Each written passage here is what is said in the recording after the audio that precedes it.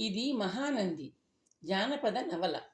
నవగ్రహ పురాణం, అష్టదిక్పాలక వైభవం, మృత్యుంజయుడు, నిధి వంటి నవలల సృష్టికర్త వక్కంతం సూర్యనారాయణరావు గారి రచన. ఆయన అనుమతితో ఈ నవల చదువుతున్నాను.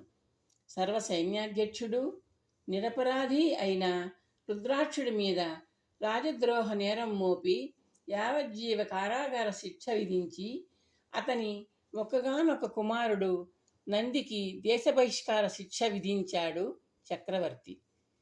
తన తండ్రిని నిరపరాధిగా నిరూపిస్తానంటూ శపథం చేశాడు నంది. నంది తన ప్రయత్నంలో విజయం సాధించాడా? ఎలాంటి సాహసాలు చేశాడో, ఎలా సాధించాడో తెలుసుకోవాలంటే ఈ నవలను ఆలకించండి, ఆనందించండి. లైక్ చేయండి, సబ్స్క్రైబ్ చేయండి. తెలుగు సాహిత్యాన్ని ఆదరించండి. మహానంది జానపద నవల ప్రారంభం. సూర్యుడు తన వెచ్చటి కిరణాలతో తామరలకు గిలిగింతలు పెడుతూ అద్దంలా మెరుస్తున్న విశాలమైన తటాకంలో తన అందాన్ని చూసుకుంటూ మురిసిపోతున్నాడు. గంట సేపటి నుంచి ఆగకుండా చెరువు అంచు చుట్టూ ఈదుతున్న నంది 50వ ప్రదక్షిణ పూర్తి చేసి వెర్లకిలా తిరిగాడు. నీలాకాశంలో నెమ్మదిగా కదులుతున్న తెల్లటి మబ్బులు ఎండలో వెండి ముద్దల్లా మెరుస్తున్నాయి. గంటసేపు లయబద్ధంగా కదిలించిన కాళ్ళని, చేతుల్ని కదలకుండా ఉంచి నీటి మీద తేలుతున్నాడు నంది విశ్రాంతిగా. అతనికి తాతయ్య, తండ్రి ఇద్దరూ గుర్తొస్తున్నారు. తాతయ్య చిన్నప్పటి నుంచి తనకు నేల వ్యాయామం నేర్పించాడు. తండ్రి జల వ్యాయామం నేర్పించాడు. తాతయ్య నేర్పింది చెమటలు కక్కించే వ్యాయామం. తండ్రి నేర్పింది చెమటల్ని కడిగి శరీరాన్ని శుభ్రం చేసే వ్యాయామం. చేతులకు, భుజాలకు, మెడకు, తొడలకు, పిక్కలకు, పాదాలకు, శరీరంలోని కండరాలన్నింటికీ చక్కటి శక్తిని ఇచ్చేది ఈతే అంటాడు తన తండ్రి రుద్రాక్షుడు. కామరూపరాజ్య సర్వసైన్యాధ్యక్షుడైన తన తండ్రి నిత్యము జలవ్యాయామానికి వస్తాడు.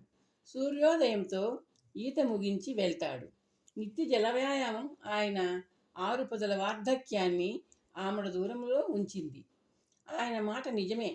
ఎండను వానను పట్టించుకోకుండా తను చేసే జలవ్యాయామం తన కండరాలను ఇనుప కడ్డీల్లా మార్చివేసింది. భవిష్యత్తులో నీకు లభించబోయే రాజోద్యోగానికి శరీర దారుఢ్యం చాలా ముఖ్యం. శరీర బలం సామర్థ్యాన్ని ఇస్తుంది. సామర్థ్యం ధైర్యాన్ని ఇస్తుంది. ధైర్యం స్థైర్యాన్ని ఇస్తుంది. స్థైర్యం సాహసాన్ని ఇస్తుంది. పుట్టి పెరిగిన దేశాన్ని సేవించడానికి ఇవన్నీ అవసరం అంటాడు నాన్న. జన్మనిచ్చిన తల్లికి, జన్మించిన భూమికి తేడా చూపడు నాన్న. ఆయన దేశాభిమానం, దేశభక్తి మహారాజు కుబేరవర్మ అభిమానాన్ని సంపాదించుకున్నాయి. చిన్న వయసులోనే నాన్న సర్వసైన్యాధ్యక్షుడయ్యాడు. రథగజ తురగ పదాది దళాలకు ఆధిపత్యం వహించే 4 సేనాపతులకు తన తండ్రి అధినేత. 4 ఆయన కనుసన్నల్లో మెలగాల్సిందే. ఒక్కగానొక కొడుకు తనంత వాడై దేశాన్ని సేవించాలన్న ఆశయం ఆయనది. నంది చిరునవ్వు నవ్వుకుంటూ నీటి మీద వేసిన శవాసనాన్ని చాలించి నిలుచున్నాడు. తడిసిన శరీరానికి హాయిగా వెచ్చదనాన్ని అందిస్తున్న సూర్యుడికి నమస్కరించి తటాకంలోంచి గట్టువైపు నడిచాడు. చెరువు గట్టు పైకొచ్చి నంది తన అశ్వాన్ని సమీపించినప్పుడు వేగంగా పరుగెడుతున్న గుర్రం గిట్టల శబ్దం నందిని ఆకర్షించింది. మిత్రుడు మానితుడు గుర్రం మీద చాలా వేగంగా వస్తున్నాడు. గుర్రం మీద బాగా ముందుకు వంగిన అతని శరీరం అతని రాకలోని ఆతృతను సూచిస్తోంది. క్షణంలో నందికి దగ్గరగా వచ్చిన మానితుడు గుర్రాన్ని ఆపాడు. నంది వైపు ఆందోళనగా చూశాడు. నంది, నువ్వు త్వరగా రావాలి.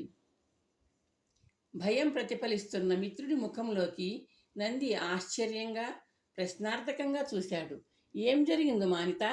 ఎందుకు ఆ కంగారు? రాజభటులు మన దీపాంకురును బంధించి తీసుకెళ్ళడానికి వచ్చారు. చెల్లాయిని బంధించా? నంది ఆశ్చర్యంగా అన్నాడు. నీకు పిచ్చి పట్టలేదుగా? నిజం నంది. చెల్లాయి ఇంట్లోకెళ్ళి తలుపు మూసేసుకుంది. నంది కళ్ళు చిట్లించాడు. నాన్న?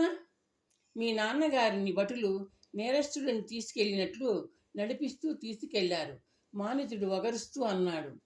నంది అయోమయంగా చూశాడు.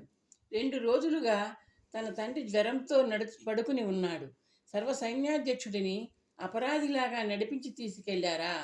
మిత్రమా, నువ్వు త్వరగా రావాలి, చెల్లాయి మానితుడు వణికే కంఠంతో అన్నాడు. రాజభటులు నీకోసం కూడా చూస్తున్నారు.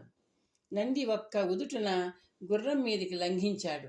2 గుర్రాలు ఒకదాని వెంట ఒకటి వేగంగా పరుగెడుతున్నాయి. మహారాజు కుబేరవర్మ సమీపంలో నిల్చున్న సర్వసైన్యాధ్యక్షుడు రుద్రాక్షుడిని ఎర్రటి కళ్ళతో తదేకంగా చూస్తూ ఉండిపోయాడు కాసేపు.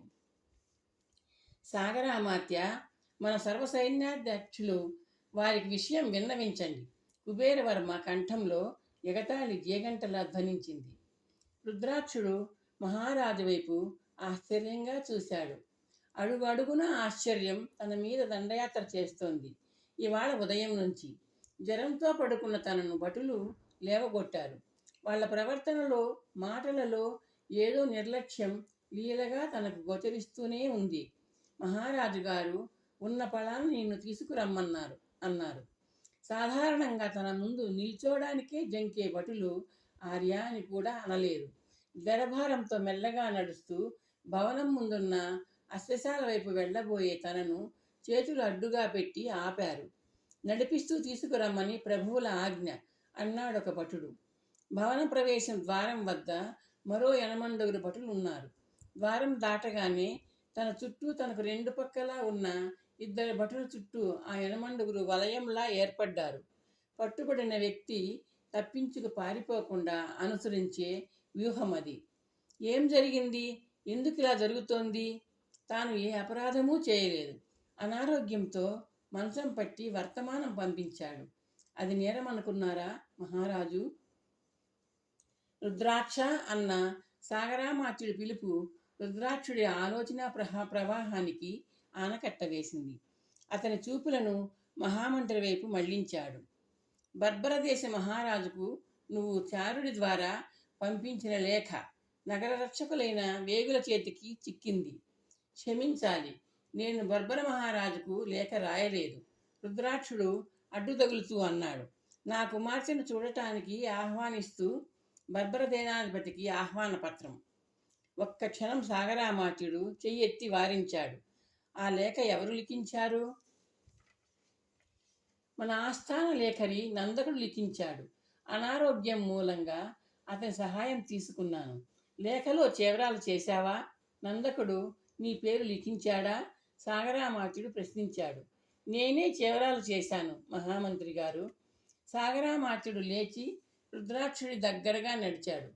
అతని చేతిలో లేఖను ఉంచే గొట్టం ఉంది. గొట్టంలో ఉన్న లేఖను వెలికి తీశాడు. లేఖ అడుగు భాగంలో ఉన్న చేవరాలు కనిపించేలా, లేఖలోని అంశాలు కనిపించకుండా దానిని వెనక్కి చుట్టారు. రుద్రాక్షుడికి ఆ చేవరాలు కనిపించేలా పట్టుకున్నాడు. చేవరాలు నీదేనా? రుద్రాక్షుడు క్షణకాలం చూసి చూపుల్ని మహామంత్రి వైపు తిప్పాడు. నాదే.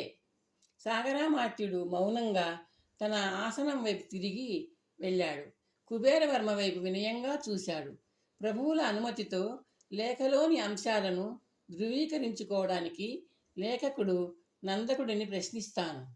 అనుమతిస్తున్నాం, కుబేరవర్మ గంభీరంగా అన్నాడు. నందక, సాగరామాత్యుడు పిలిచాడు. నందకుడు లేచి ముందుకు వచ్చి మంత్రి దగ్గరగా వినయంగా నిలుచున్నాడు. సాగరామాత్యుడు లేఖను విడదీసి అతనికి చూపించాడు. నందకుడు పరిశీలనగా చూశాడు. లేఖలోని అక్షరాలు నీవేనా? అది నీవు లిఖించిన లేఖేనా? సాగరామాత్యుడు ప్రశ్నించాడు. చిత్తం, వ్రాత నాదే, రాసింది నేనే ఆర్య, నందకుడు స్పష్టంగా అన్నాడు. ఈ లేఖ విషయంలో అసత్యం పలికేవాడికి కఠినాతి కఠినమైన శిక్ష విధించాలని ప్రభువులు నిర్ణయించారు. అది గుర్తుంచుకుని సమాధానం చెప్పు. చిత్తం, నందకుడు వినయంగా అన్నాడు. నేను సత్యవాదిని అన్న విశ్వాసంతో మహాప్రభువులు నన్ను లేఖకుడిగా నియమించారు. లేఖలో లిఖించే రహస్య విషయాలను జీవితంలో బహిర్గతం చేయను అని సత్యసంధత నాది. నందకుడు వివరంగా చెప్పుకుపోతున్నాడు.